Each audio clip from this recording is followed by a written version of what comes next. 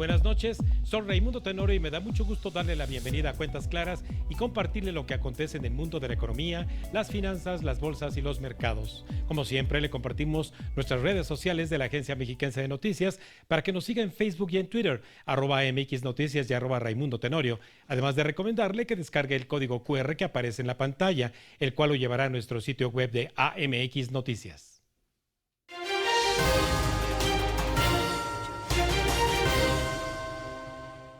La semana pasada, el presidente Andrés Manuel López presentó su cuarto informe constitucional de gobierno.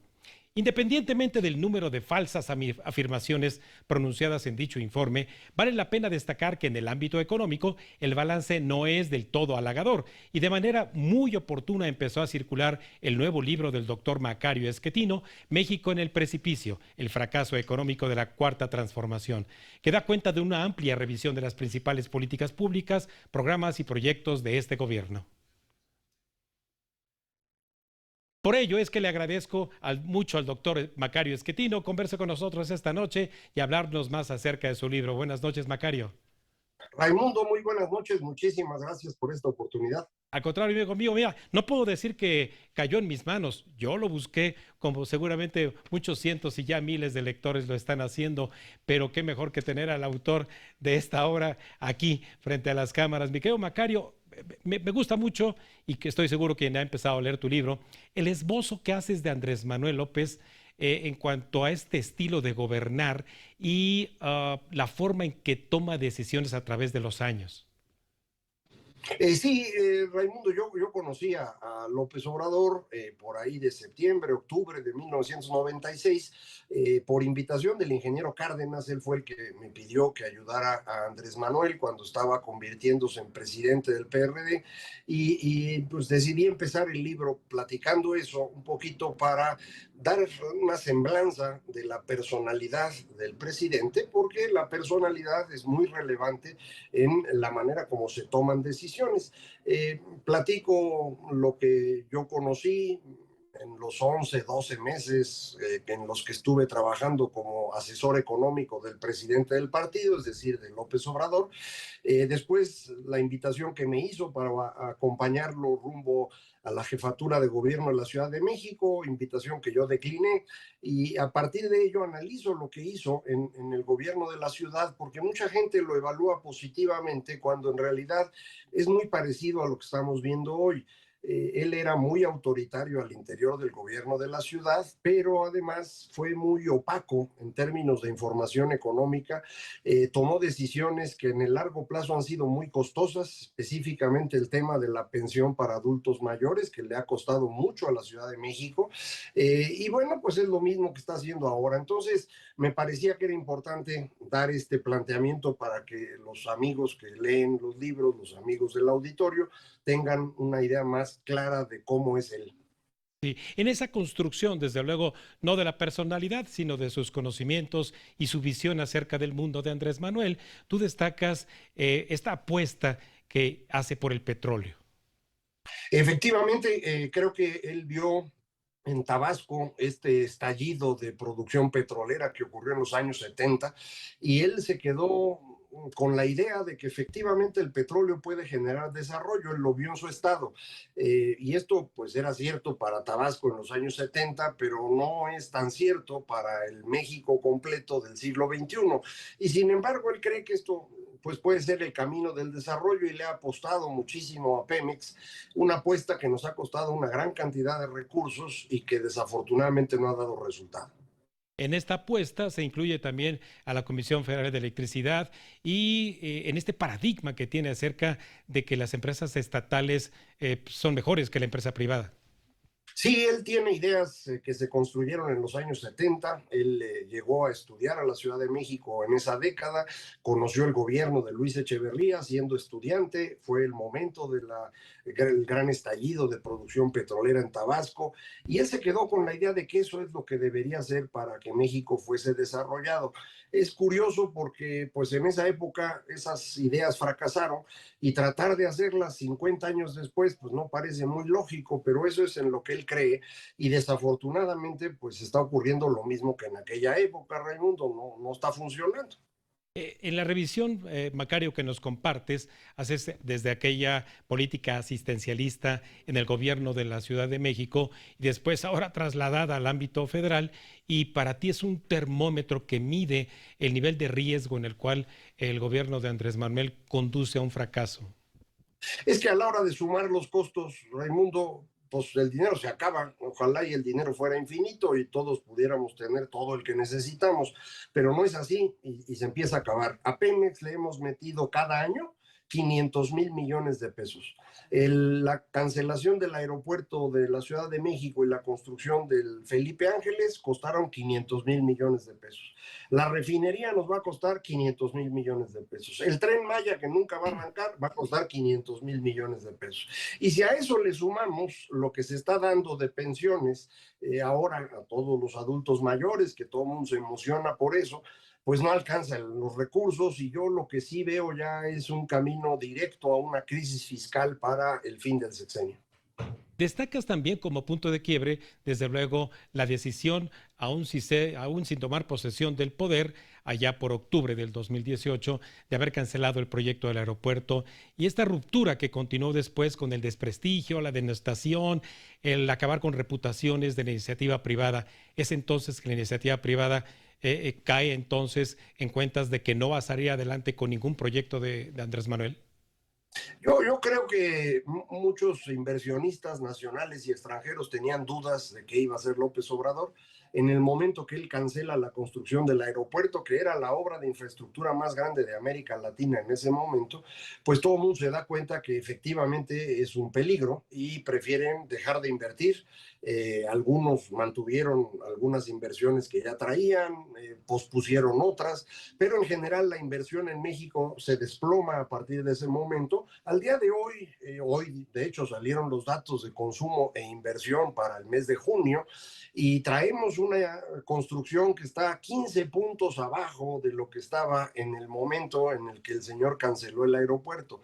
Es decir, 4 años después, la construcción sigue 15% abajo de lo que estaba. Esto es una pérdida brutal. Al extremo, Ray, que de 2020 a la fecha, los últimos 3 años, hemos perdido activos fijos en México. No alcanza la inversión que se está haciendo para poder dar mantenimiento a lo que ya se tenía, para compensar lo que se pierde de capital, lo que los contadores llaman depreciación y nosotros llamamos consumo de capital fijo. No alcanza. Entonces estamos perdiendo ya incluso futuro por una decisión de ese tamaño.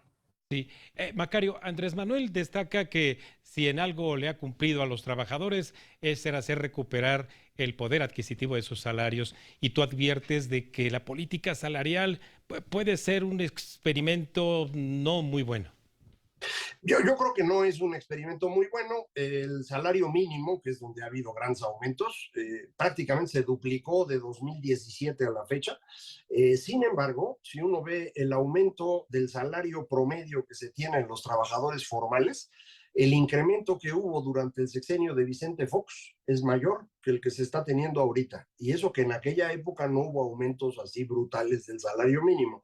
Entonces, no está sirviendo, Ray.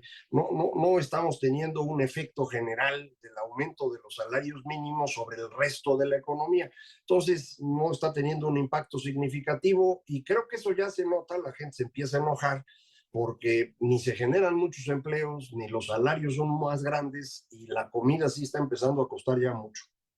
Andrés Manuel destaca que, y lo escuchamos en su cuarto informe, que los ahorros, ¿verdad?, le han permitido, entre otras cosas, financiar la política asistencialista y también financiar, entre otras cosas, las grandes obras. En ello, tu libro haces una revisión con datos, no con relatos. Sí, es muy mentiroso el señor presidente. Esto no es cierto. Los ahorros que está usando son los que se hicieron los 25 años anteriores. Durante 25 años los gobiernos mexicanos fueron ahorrando, alcanzaron a juntar 1 billón de pesos, y este gobierno se lo gastó todito. Luego se endeudaron por otros 3 billones. Y finalmente han reducido el gasto en educación, en salud, en agricultura, en infraestructura, por otro 1 billón de pesos. Son 5 billones de pesos que este gobierno se ha estado gastando, más allá de lo que debería haber gastado. Sí hay endeudamiento, no hay ahorros, y el señor es un mentiroso.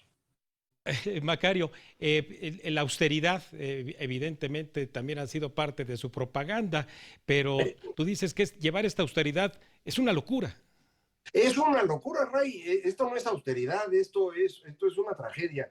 Por eso no hay vacunas. O sea, los niños en México hoy, menos del 30% de los niños en México tienen la vacunación completa.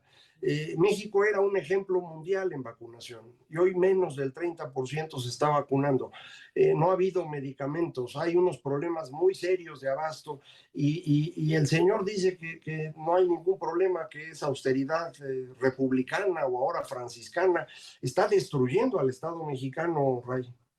El colofón con el que cierras tu libro es obviamente la destrucción institucional. Sí, es que la verdad es que habíamos construido durante 25 años diversas instituciones para ayudar a que el presidente no tuviera demasiado poder. Porque el problema no es el señor López Obrador, el problema es la concentración de poder en una sola persona. Eso es lo que es muy dañino, la persona que sea. Por eso habíamos construido herramientas para que las decisiones no pasaran por ese presidente.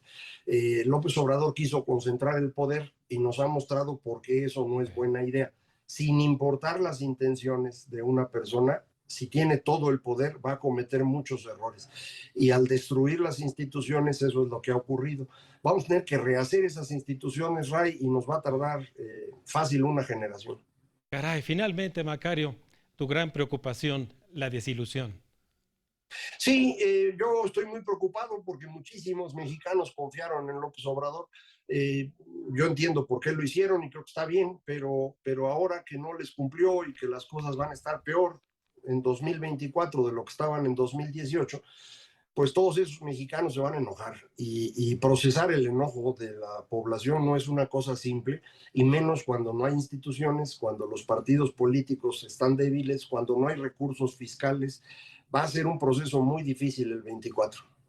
Caray, Macario. Bueno, pues yo no tengo más que, obviamente, cerrar esta gran oportunidad de conversar contigo, de recomendar a nuestra audiencia, a tus seguidores y a quienes no lo son, también verifiquen toda esta información que siempre nos comparte Macario Schettino en sus columnas y en tus restantes espacios. Macario, si me recuerdas. Muchísimas gracias, Ray. Yo estoy en Twitter, prácticamente es la única red que utilizo, Macario MX, y en YouTube me encuentran también muy fácilmente con mi nombre, Macario Schettino. Ahí están conferencias y podcast y demás. Y muchísimas gracias, Ray, por esta oportunidad. Al contrario, amigo mío, nos vemos fuera de la caja. Hasta pronto, amigo mío. Bueno, pues como usted lo acaba de escuchar, los desafíos para reconstruir México serán enormes hacia el final de este régimen, tal y como acabamos de escuchar en la voz autorizada del doctor Macario Schettino y documentado en su último libro.